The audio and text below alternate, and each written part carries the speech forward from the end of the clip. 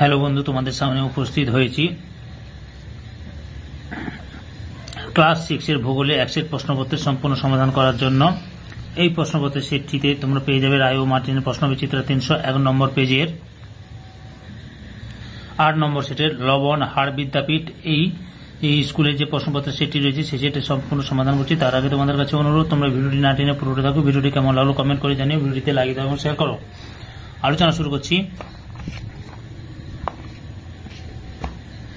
একে দেখা যাচ্ছে ভারতের রেখা মানচিত্রে নিম্নলিখিত বিষয়গুলি উপযুক্ত প্রতীক চিহ্ন সহ বসাও। 1 নম্বরে রয়েছে আরব সাগর।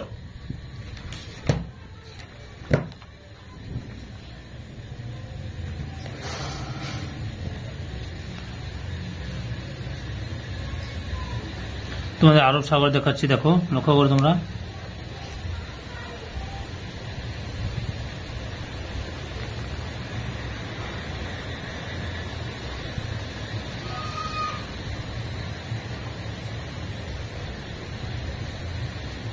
এটা পুরোটা আরব সাগর।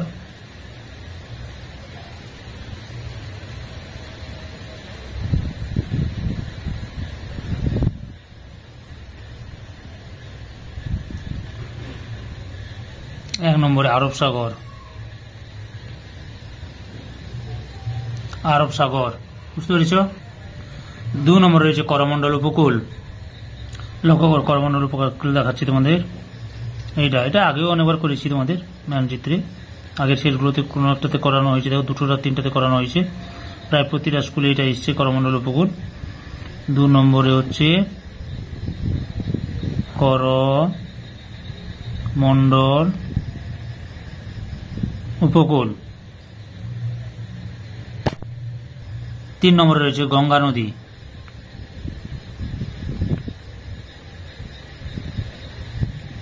গঙ্গোত্রী হিমবাহ থেকে সৃষ্টি হয়ে উত্তরপ্রদেশ বিহারের উপর দিয়ে পশ্চিমবঙ্গে এসে একটি অংশ বাংলাদেশে প্রবেশ করেছে, আর একটি অংশ পশ্চিমবঙ্গের মাঝখানে দিয়ে বঙ্গোপসাগরে প্রবেশ করেছে।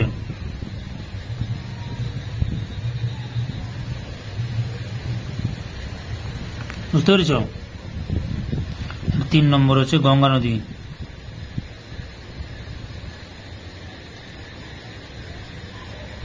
গঙ্গা নদী। 4 নম্বর রয়েছে দিল্লি। দিল্লিটা দেখাচ্ছি, দেখো তোমাদের সামনে।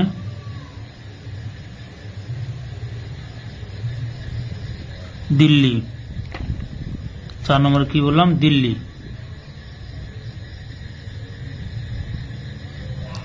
দিল্লি। 5 নম্বরে রয়েছে হিমালয় পর্বত।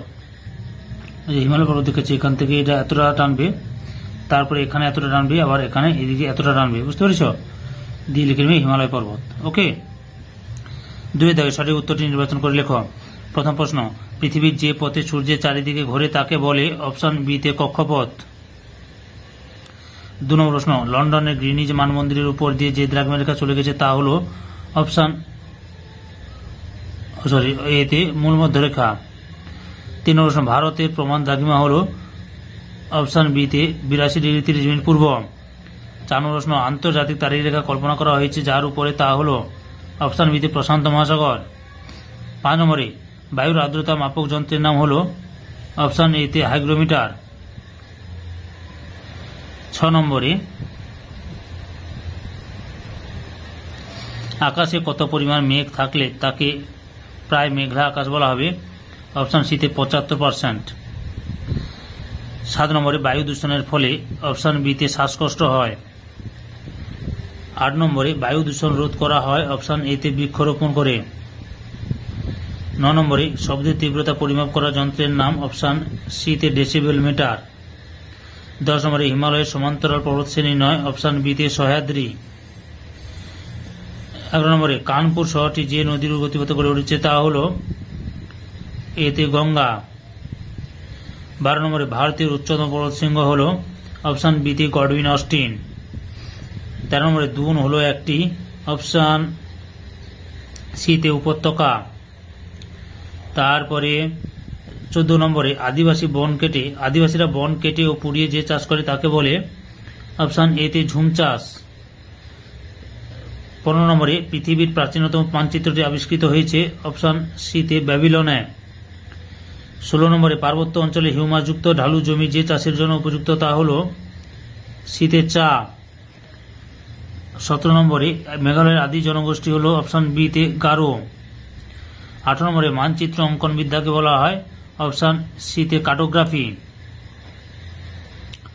এরপরে 3 দাগে শূন্যস্থান পূরণ করো। 1 নম্বরে পৃথিবীর পূর্ব পশ্চিমে ড্যাশ রেখাগুলি হল পূর্ণবৃত্ত অক্ষরেখাগুলি।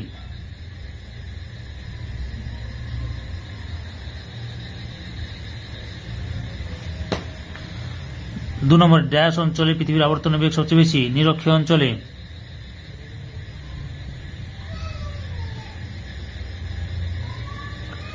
3 নম্বর দাক্ষিণাত্য মালভূমির উচ্চতম শৃঙ্গের নাম ড্যাশ আনাইমুদি।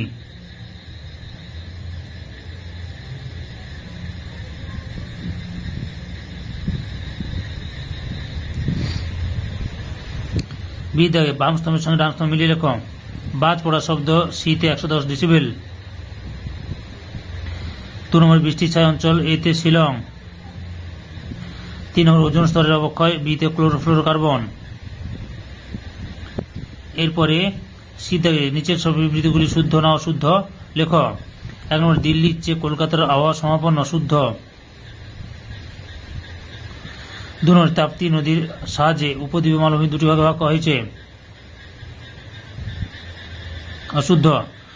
3 নম্বরে মানচিত্রে কৃষিভূমি বোঝাতে বাদামি রং ব্যবহার করা অশুদ্ধ। টির দাগে নিচের প্রশ্নগুলির কথা উত্তর দাও। প্রথম প্রশ্ন, কিসের ভিত্তিতে পৃথিবীকে 3টি তাপমণ্ডল ভাগ করা হয়েছে? উষ্ণতার ভিত্তিতে।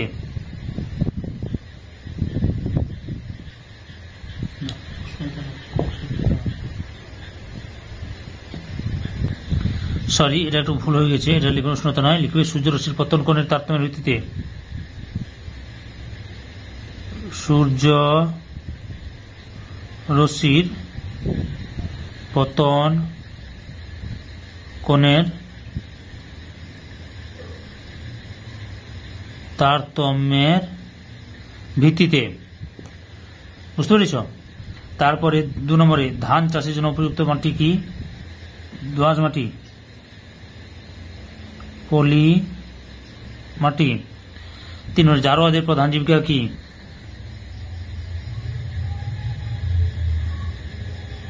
শিকার ও ফলমূল সংগ্রহ।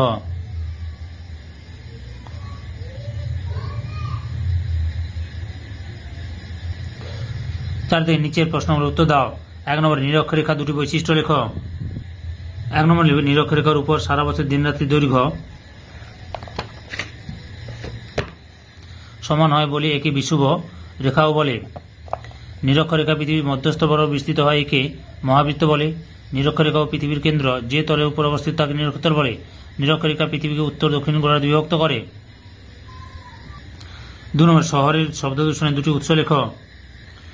শহরের শব্দ দূষণের দুটি উৎস হলো একটা যানবাহন চলাচল আর একটা লিখতে হলো কলকারখানা, শিল্প বা কলকারখানা থেকে প্রচুর শব্দ। তার শিল্প, কলকারখানা, যানবাহন, বাজি ফাটানো, এই 3টে যে কোনো দুটো লিখতে পারো। ওকে। 3 নম্বর প্রশ্ন, কোন দুটি পর্বতের মাঝে কাশ্মীর উপত্যকা গড়ে উঠেছে? পীর পাঞ্জল ও উচ্চ হিমালয়। উচ্চ হিমালয় কি লিখবে? পীর পাঞ্জল ও উচ্চ হিমালয়ের মাঝে কাশ্মীর উপত্যকা গড়ে উঠেছে। 4 নম্বরে আদিবাসী কাকে বলে? বিশেষ সামাজিক গোষ্ঠী যারা প্রাচীনকাল থেকে শিকার, পশুপালন, ফলমূল সংগ্রহ করে জীবনযাপন করে আসছে, যাদের জীবনযাত্রা সম্পূর্ণ প্রকৃতির উপর নির্ভরশীল তাদের আদিবাসী বলা হয়, যেমন পশ্চিমবঙ্গের সাঁওতাল, মেঘালয়ের গারো প্রভৃতি। 5 থেকে নিচের প্রশ্নগুলি উত্তর দাও। 1 নম্বরে পৃথিবীর 5টি প্রধান অক্ষরেখার নাম মান সহ লেখো। প্রথমে তোমরা লিখবে নিরক্ষরেখা, মান হচ্ছে 0 ডিগ্রি, বুঝতে পেরেছ? তারপরে লিখবে কঠোরক্রান্তি রেখা, মান হচ্ছে 23.5 ডিগ্রি উত্তর অক্ষরেখা, 23.5 ডিগ্রি উত্তর, এই 23.5 ডিগ্রি উত্তর। তারপর হচ্ছে মকরক্রান্তি রেখা, মান হচ্ছে 23.5 ডিগ্রি দক্ষিণ। সুমেরু বৃত্ত রেখা 46 ডিগ্রি উত্তর, কুমেরু বৃত্ত রেখা 46 ডিগ্রি দক্ষিণ, বুঝতে পেরেছ? 2 নম্বর প্রশ্ন, পৃথিবীর আবর্তনের বেগ সব জায়গায় সমান নয় কেন? অভিগত গোলাকার পৃথিবীর পরিধি সর্বত্র সমান নয়। নিরক্ষরেখার পৃথিবীর পরিধি বৃহত্তম হলেও এই রেখার উত্তরে ও দক্ষিণের পরিধির মান ক্রমশ কমতে কমতে দুই মেরু বিন্দুতে পরিণত হয়েছে। পরিধির সঙ্গে আবর্তনের গতির সম্পর্ক সমানুপাতিক, অর্থাৎ পৃথিবীর যে অংশ পরিধি যত বেশি হবে সেই অংশের আবর্তন গতিও তত বেশি হবে। তাই নিরক্ষরেখায় আবর্তন গতি সবচেয়ে বেশি এবং মেরু অঞ্চলে আবর্তন গতি প্রায় নেই বললেই চলে। সঙ্গে এই ছকটা তুলে ধরবে। শূন্যের নিরক্ষরেখা আবর্তন বেগ 1650, 37 উত্তর দক্ষিণে 1550 কিমি পার ঘন্টা।